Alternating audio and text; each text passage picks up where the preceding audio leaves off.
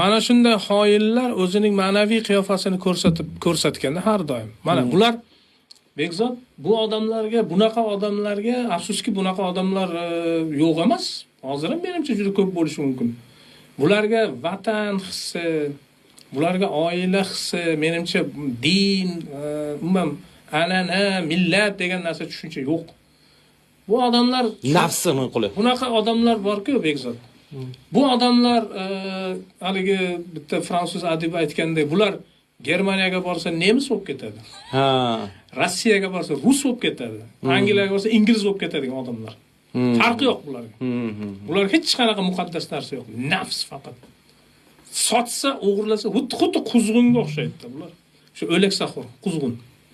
Mana rus o'sha ba'zi rus zobitlarini yozgan esdaliklarda bularni hatto o'sha bu xoinlarni ana shu rus qo'shinlaridagi nimalar ham yoqtirmagan aslida.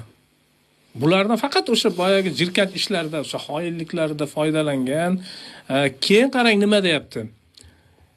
Shunday sotqinlardan biri bunday deyapti ekan, qarang. Bizni xonlar, bizni amirlar mana bizga shuncha zulm qildi. Zulm qildi.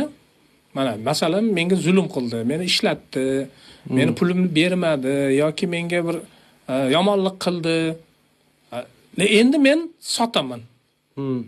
O'ziga shunaqa fatvo beradi. O'ziga shunday o'zini yupatyapti. Endi men ularga men endi ayamayman hech kimni. Mana sizlarga hamma yo'lni ko'rsataman deyapti.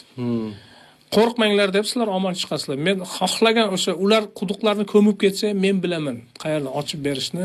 Sizlar och qolmaysizlar, suvsiz qolmaysizlar. Men topib beraman deyapti. Xoin. Men yo'l ko'rsataman sizlarga deyapti. Mana bunaqa xoinlar hamma millatda bo'lyapti-da. U Qirg'izda ham, Qozoqda ham, O'zbekda ham, Tojik hammasida.